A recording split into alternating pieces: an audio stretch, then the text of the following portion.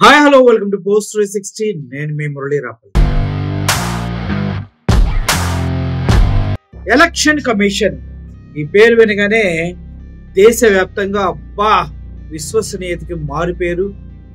మేము వేసిన ఓట్లు సక్రమంగా వేసిన వాళ్ళకి పడేటట్టు చూసుకునే ఒక మంచి మీడియం అని అనుకుంటూ ఉంటారు. కానీ వాస్తవాలు ఇక్కడ గమనించినట్లయితే ఎలక్షన్ కమిషనే పెద్ద డింగు డాంగు బెల్లా కనిపిస్తుంది. ముఖ్యంగా ఇప్పుడు బీహార్లో కొన్ని ప్రాంతాల్లో ఎస్ఐఆర్ అని ఒకటి చేస్తూ ఉన్నారు.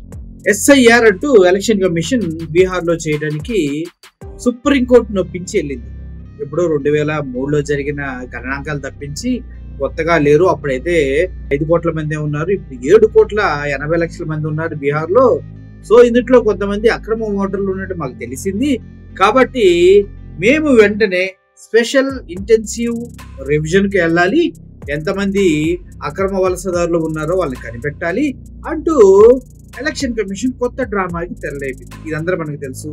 ఇలా చేసినటువంటి హర్యానా కావచ్చు, మహారాష్ట్ర కావచ్చు, ఇంకా ఆంధ్రప్రదేశ్ కావచ్చు, ఇప్పుడు ఉన్నటువంటి బీహార్ కావచ్చు, ఇంకా కొన్ని రాష్ట్రాలు ఎక్కడ చేసినా కూడా భారీ ఎత్తున బీజేపీ గెలవటం జరుగుతుంది. ఎందుకంటే వీళ్ళు వెళ్ళేది అక్కడ ఓటర్ని లెక్కించడం కోసం కాదు, బీజేపీకి వ్యతిరేకంగా ఉన్న ఓటర్ని గణనీయంగా తగ్గించి ఎవరైతే వేరే స్టేట్ల నుంచి వస్తారో, రోహింగ్యాలు ఉంటారో వాళ్ళందరికీ ఓటు హక్కు కల్పించి వాళ్ళని బీజేపీకి ఓటు వేసేలాగా తీర్చిదిద్దడమే ఈ ఎలక్షన్ కమిషన్ యొక్క ప్రథమ కర్తవ్యం అంటూ అటు రాహుల్ గాంధీతో పాటు ఇటు బీహార్లో ఉన్నటువంటి చాలా మంది రాజకీయ నాయకులు నిస్సిగ్గుగా నిస్సంకోచంగా చెప్తున్నా కూడా సిగ్గు లేకుండా అదే పని పదే పదే చేస్తూ ఉంది ఎలక్షన్ కమిషన్. అయితే ఎలక్షన్ కమిషన్ చేస్తున్న దానిపైన ఎవరైనా రిపోర్టర్ల పొరపాటున అడగడానికి వెళ్తే ఏం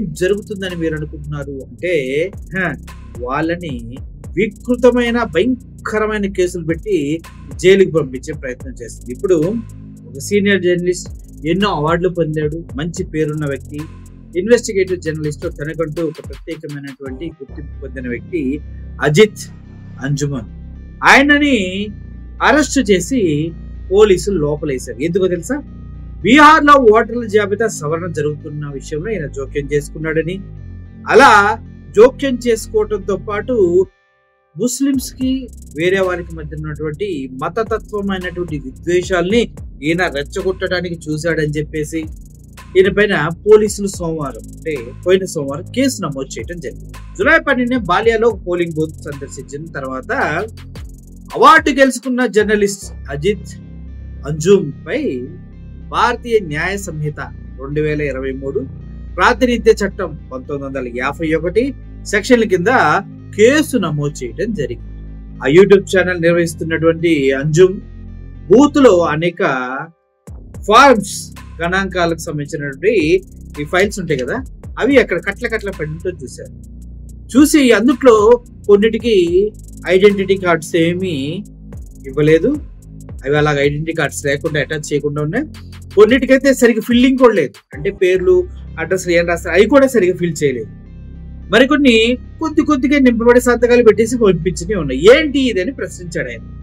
ఇప్పుడు ఎవరైనా నీ దగ్గరకు వచ్చి నువ్వు నీ బూత్ లో ఉన్న వాళ్ళందరికీ ఫార్మ్స్ ఇచ్చిన తర్వాత పూర్తిగా ఫిల్ చేసి ఫోటోలు వేసి నీకు అందులో అడిషనల్ గా ఏవైతే ఐడి ప్రూఫ్స్ కావాలో యాడ్ చేసి ఇస్తే దానికి నువ్వు ఓటర్ కార్డ్ ని ఇస్తావు. కానీ ఇక్కడ ఏం జరిగింది? ఎవడు ఫోటోలు పెట్టలేదు, దానిపైన సరిగా ఫిల్లింగ్ చేయలేదు, కేవలం సంతకాలు పెట్టినటువంటి డాక్యుమెంట్స్ దొరికిన ఏంటి ఏది అని ప్రశ్నించారు.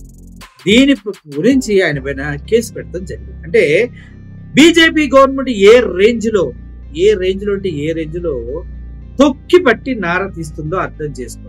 ఎవడు మాట్లాడటానికి వెళ్ళటానికి లేదు, ఎవడు ప్రశ్నించడానికి లేదు. అది నువ్వు ప్రెస్ అయినా ఇంకోడైనా కూడా అన్ని మూసుకొని వాళ్ళు చేసే అసాంఘిక రాజ్యాంగ విరుద్ధమైనటువంటి పనులకి ఒత్తాసు పలకవలసిందే, లేకపోతే నిన్ను కూడా తీసుకెళ్లి జైల్లో వేస్తారు. అయితే బూత్ లెవెల్ ఆఫీసర్ ఏం చెప్తూ ఉన్నాడంటే, ఈయన అక్కడ కూర్చొని ఉండగా జర్నలిస్ట్ తో పాటు కొంతమంది కెమెరాలు తీసుకుని వచ్చారు. కెమెరాలు తీసుకుని వచ్చి నేను ఎంతమంది ఉన్నారంటే నా కాన్స్టిట్యున్సీలో నా బూత్ లెవెల్లో దగ్గర 1050 మంది ఉన్నారు. ఈ 1050 మందిలో నేను అందరికి ఫామ్స్ ఇచ్చాను, అన్ని నాకు తిరిగి వచ్చేసాయని చెప్పాను. కానీ ఆ ఫామ్స్ తీసుకొని ఇవి ఎందుకు ఫిల్ చేయలేదు, ఇందులో ఫోటోలు ఎందుకు లేవు, దీనికి ఐడి కార్డులు ఎందుకు లేవు అని 1 గంట సేపు ఆయన పనికి విఘాతం కల్పించారంట. ఆ పనికి విఘాతం కల్పించినందుకు ఆయన కేసు పెడతాం జరిగింది. అతని పేరు మహమ్మద్ అన్సురుల్ అనే ముస్లిం వ్యక్తి వెళ్ళి కేసు పెడతాం జరిగింది. అంటే కెమెరాలు పట్టుకుని వెళ్తే వాస్తవాలను చూపి పంపిస్తే అయిపోతుంది కదా, మీరు ఎందుకు డాక్యుమెంట్స్ దాచేశారు? నిజంగా చెప్పాలంటే అక్కడ చాలా మంది బంగ్లాదేశీయులు, చాలా మంది రోహింగ్యాల్ని without any ID proofs Bihar లో ప్రవేశపెట్టే ప్రయత్నమే ఇప్పుడు ఎలక్షన్ కమిషన్ మళ్ళీ చేస్తుందని వాస్తవాలకి ఇది ఇంకా బలాన్ని చేకూర్చే విధంగా ఉందా లేదా?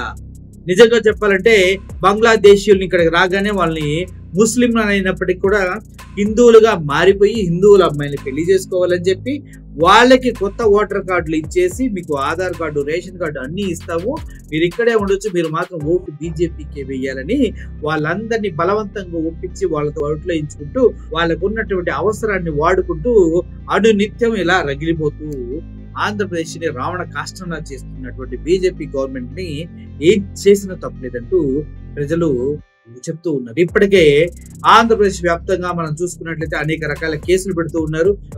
అన్ని స్టేట్స్ లో కూడా ఎలక్షన్ కమిషన్ పైన కేసులు పెడుతూనే ఉన్నారు. ఆ కేసులన్నింటినీ కూడా సుప్రీంకోర్టులో వీళ్ళు ఎదుర్కొనే ప్రయత్నం చేస్తూనే ఉన్నారు. అయితే నితీష్ కుమార్ గత 20 సంవత్సరాల నుంచి అక్కడ ముఖ్యమంత్రిగానే ఉంటూనే ఉన్నాడు. ఇప్పటి వరకు ఎందుకు నితీష్ కుమార్ అక్కడ నుంచి ముఖ్యమంత్రి పీఠం నుంచి దిగట్లేదంటే అటు చేసిన దరిద్రాల మొత్తాన్ని ప్రజలకు తెలిసే విధంగా నెక్స్ట్ ఎవరు వచ్చినా చేస్తారన్న విషయం నితీష్ కుమార్ కి తెలుసు. కాబట్టి ముఖ్యమంత్రి పీఠాన్ని వదలట్లేదు. కావాలంటే ఏవైనా చేస్తాడు కానీ ముఖ్యమంత్రి పీఠాన్ని కానీ వదలట్లేదు. జేడీయూతో వెళ్తాడు, అదేవిధంగా లాలూ ప్రసాద్ యాదవ్, ఇలా ఆర్జేడీ, కాంగ్రెస్, కూటమి వీళ్ళందరినీ కూడా కావాలంటే కలుపుకొని వెళ్ళడానికి ట్రై చేస్తాడు కానీ ముఖ్యమంత్రి పీఠాన్ని మాత్రం ఆయన వదిలే ప్రసక్తిలో లేడు. అయితే ఆర్యామస్తాన్ గారు కూడా చెప్తూ ఉన్నారు, ఎలక్షన్ కమిషన్ చేస్తున్నటువంటి దురాఘాతాలు ఆంధ్రప్రదేశ్ లో ఇప్పటి వరకు 53 లక్షల ఓట్లు ఎక్స్ట్రా వచ్చినాయి. ఎక్కడి నుంచి వచ్చినాయి? 6 గంటల నుంచి తర్వాత పోలింగ్ అయినటువంటి పోలింగే దగ్గర 20% ఉంది. 20% అంటే దగ్గర 53 లక్షల ఓట్లు ఆంధ్రప్రదేశ్ మొత్తంలో చాలా ఎక్కువగా పడ్డాయి. దీనికి సంబంధించిన సుప్రీంకోర్టులో కూడా ఎలక్షన్ కమిషన్ ని ప్రశ్నిస్తూ ఉన్నప్పటికీ కూడా సమాధానం చెప్పకుండా దాటేసుకుంటూ వెళ్తూ ఉంది ఎలక్షన్ కమిషన్. ఎంతకాలం దాటేస్తుంది? జగన్మోహన్ రెడ్డి నెక్స్ట్ ఎలక్షన్స్ లో గట్టిగా నిలబడితే అటు కాంగ్రెస్ ఇటు జగన్మోహన్ రెడ్డి తట్టుకునే దమ్ము ఎలక్షన్ కమిషన్ ఉందా? ఇక ఈ 53 లక్షల ఓట్ల వల్ల ఆంధ్రప్రదేశ్ లో కూటమి ప్రభుత్వం అధికారంలోకి వచ్చింది.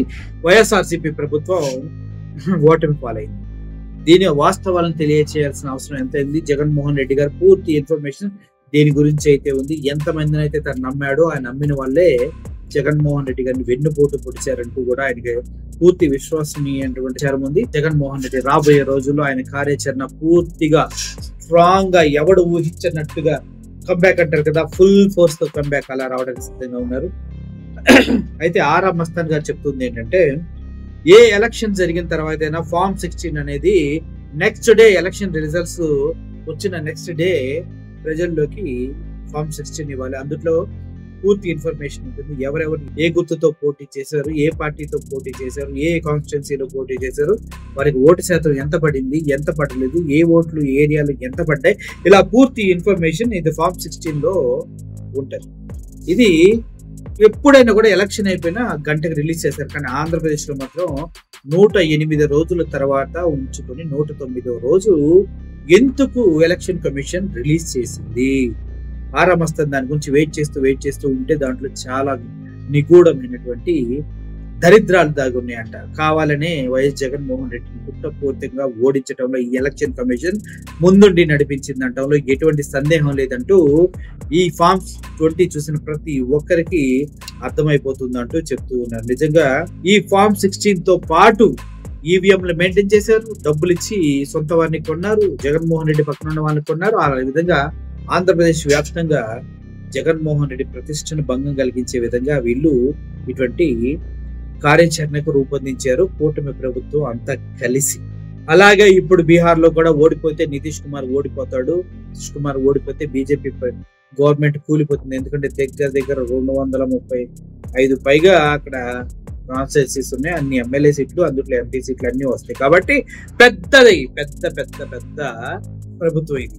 సో వీటి ఆరాలు తీయకుండానే కావాలని election commission special intensive review అని చెప్పేసి అక్కడికి వెళ్ళి వాళ్ళందరినీ బ్రతుకుల్ని నాశనం చేయడానికి బీజేపీకి సంక నాకటం కోసం తయారైందంటూ చాలా మంది చెప్తున్నారు. అందులో ఆధారాలు దొరికినటువంటి అజిత్ లాంటి జర్నలిస్టులను కూడా చూడకుండా, అజిత్ అంజుమ్ లాంటి సీనియర్ జర్నలిస్టులు, అవార్డు విన్నింగ్ జర్నలిస్టులు, ఇన్వెస్టిగేషన్ లో నెంబర్ 1 పొజిషన్ లో ఉన్నటువంటి ఇటువంటి జర్నలిస్టులు కూడా వాళ్ళు ఆటలాడుకుంటున్నారు. ముఖ్యంగా నిజంగా అక్కడ కొంతమంది వేరే రాష్ట్రాలకు చెందిన, వేరే స్టేట్లకు చెందిన వారు ఉన్నారా లేదంటే ఒక వీడియో చూడండి, మీకు అర్థమవుతుంది.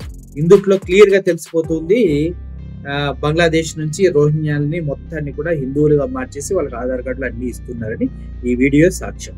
చూడండి సార్.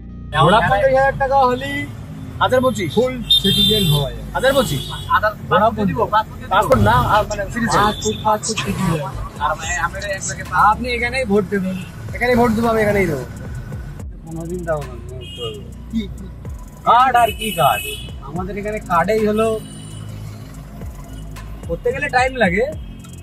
আমি এসে তো 3-4 বছর 5 বছর পরে বিয়ে শাদী করে এখানে, বিয়ে শাদী এখানে, তো এখানে না তো সিটিজেন হওয়া সম্ভব না নাকি? আরে বিয়ে না করলেও সিটিজেন হওয়া যায়। কি হবে একটু বলেন তো, আমরা জানি বাঙালির অনেক ইয়া থাকে যে এখানে আসবো সেটেল হবো, কিভাবে করা? বাঙালি হলে যদি হিন্দু হন, হ্যাঁ, খালি খুব তাড়াতাড়ি হয়। আচ্ছা, আর যদি মুসলমান হন, হ্যাঁ, একটু দেরি হয়, হয়।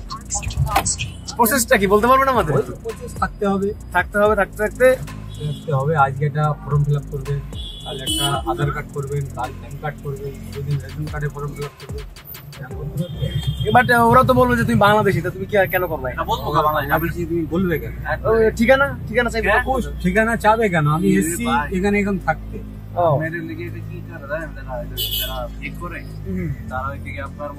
আমাদের এলাকা থেকেও অনেক লোক আছে। হিন্দু নাম দিব একজন হিন্দুর পুরো বায়োডাটা আমের এলাকা, ওই যে আমার নামটা লিখেছেন, নামটা শুভ বিশ্বাস। শুভ বিশ্বাস, ও আপনার নাম দিয়েছেন শুভ বিশ্বাস, হিন্দু দিয়ে দিয়েছেন, আমি মুসলিম। এই যে আপনার হেয়ার কি করে জানেন, হেয়ার একটা মানে হিন্দুদের বসবাস করে। যখন এসেছিলাম তখন তো মোদী সরকারের জামানা ছিল না, তখন এত ঝামেলা হতো না, ঠিক আছে? ও যা প্যান কার্ড করবি দে 300 টাকা, এই আধার কার্ড করবি দে 1000 টাকা, এরকম ভাবে হয়ে গেছে। এখন খুব টাফ। এখন তোমার মোদী সরকারের জামানা, তো হুটপাট কেউ কিছু করতে গেলেই তার মনে করো মানে ভেবে করে, ভেবে করতে হবে। খরচ কেমন হয় মনে করেন যদি এখন কেউ করতে চায়? আগে তো আপনার তো কমে হতো, এখন তো মনে করেন লাখখানেক লাগবে না, কমে হয়ে যাবে। হ্যাঁ, খানিকটা লাগে এখন, মনে করেন লাগে না? আমার কথা শুনে 50,000 টাকা হলেই আধার বলছি ফুল সিটিজেন হওয়া যায়। আধার বলছি পাসপোর্ট না, আর মানে পাসপোর্ট সিটিজেন। আর আপনি এখানেই ভোট দেবেন, এখানেই ভোট দেবো আমি, এখানেই দেবো। আমি তো বাড়ি যাই 7 বছর 8 বছর পর, 8 বছর পর এই জানি পাসপোর্ট করে নিয়েছে, ওই ডাইরেক্ট চলে যায় বর্ডার দিয়ে। আচ্ছা, ড্রাইভারি করি, আমার অনেক ওই লরিতে বন্ধু বান্ধব আছে, উঠে চলে যান, ওদের সাথে ভোমরাটা পার হতে পারলে আর কে কাছে, সেটাই। তো আপনি পাসপোর্ট করতে পারবেন, আপনি যেহেতু এখানে লিগাল। হ্যাঁ, করতে পারি, কিন্তু বসে বসে শেষ হয়ে যায়। একবার করেছিলাম, যাই 8 বছর 7 বছর পর, তো পাসপোর্টের মেয়াদ ক বছর? আমাদের এখানে 1 মাসের বেশি ভিসা দেয় না। ও আচ্ছা, বাংলাদেশ ভিসা 1 বছর বেশি দেয় না? 1 মাসের বেশি দেবে না, 1 মাস। ওইটা 5 বছরের থাকে, তাও বেকার কি হবে, তার জন্য আর কি করে নেয়। আশাশুনি দেখেছিলাম ভাই, আশাশুনিতে ওই যে বর্ডার এলাকা, ওই যে নদী, ওই যে বড় নদী না, খুলনা। আমরা তো খুলনা ডিস্ট্রিক্টে। গাড়ি তো আপনার নিজে, তাই না? গাড়ি নিজে। তো মানে কত সালে প্রথম যখন আসছেন তখন ড্রাইভারি কিভাবে করলেন বা কি থেকে শুরু করলেন? প্রথমে তো এসে ড্রাইভিং করেন নাই, প্রথমে এসে কি থেকে শুরু করলেন? প্রথমে হেলপারি করেছি, গাড়িতে হেলপারি করার পরে টাকা পয়সা জমা একটা গাড়ি নিয়ে হেলপারি করেছি। লোকের স্কুল বাচ্চা লিখি, আমি আগে লাক্সারি গাড়ি চালাতাম। আচ্ছা, ওইসব চালাতে এখন আর বাইরে থাকতে হয় বলে ভালো লাগে না, আর ভালো লাগে না। উবার চালাই সারাদিন চালাই, সন্ধ্যেবেলায় বাড়ি যাই। উবারে কেমন ইনকাম হয়? ও 800, 1000, 1200 সব বাদ দিয়ে। 800, 1000, 1200 তো ধরেন 800 করে যদি এভারেজ ধরি, তাহলে তো 3,24,000 টাকা মান্থলি আপনার থেকে যাচ্ছে। খাওয়া খরচ কেমন? যেরকম খাবে সেরকম খরচ বাংলাদেশে 25,000 উপরে আছে। আচ্ছা আমরা তো গরু মাংস দিয়ে খাচ্ছি প্রতিদিন, এই প্রতিবেলায় 80 টাকায় কিনে খাও, আমরা 100 টাকা 200 টাকা কিলো কিনে খাই। আচ্ছা গেল। আর থাকা খরচ? থাকা খরচ আবার মানে যে ভাড়া থাকে অথবা নিজের বাড়ি কিনে করছেন কিনা? বাড়ি না, ও ভাড়া থাকে। শ্বশুর বাড়ি। এখানে থাকা খরচ কেমন হয়? মনে করেন যদি একজন থাকতে চায় যে আমি একা থাকবো একটা রুম নিয়ে, যেমন ফ্যামিলি আমার যেরকম ফ্যামিলিতে 8,000 টাকা খরচা বাঁধা আছে, মানে রুম বাচ্চা দিয়ে খাওয়া দাওয়া, ডাক্তারটা পড়ে বাদ দিলাম, এমনি নর্মাল খাওয়া দাওয়া এসব দিয়ে আমরা 8,000 টাকা খরচা কম আছে। তাহলে তো ভালো কম আছে, মানে বাংলাদেশের থেকে কম আছে। গুলো 1 কিলো গরু গোশ কিনলে 2 দিন খাবে, 200 টাকায় গরু গোশ। বাংলাদেশে কোথায় 800 টাকা, আমার মামা 750 টাকা হচ্ছে হাড্ডি সহ, 800 টাকা তো হাড্ডি। আমাদের এখানে তো মাথার গোশ কেউ খায় না, মাথার গোশ খায় না, মাথা কেউ খায় না, আমরা তো খাই না। মাথা খায় বাদ, মাথা আলাদা বিক্রি হয়। আমাদের এলাকায় যাবেন, আপনি যেখানে যাচ্ছেন ওখানে আমার বাড়ি। చూశారు కదా, ఇది బీజేపీ కుట్ర, బీజేపీ తాలూకా విజయ రహస్యం.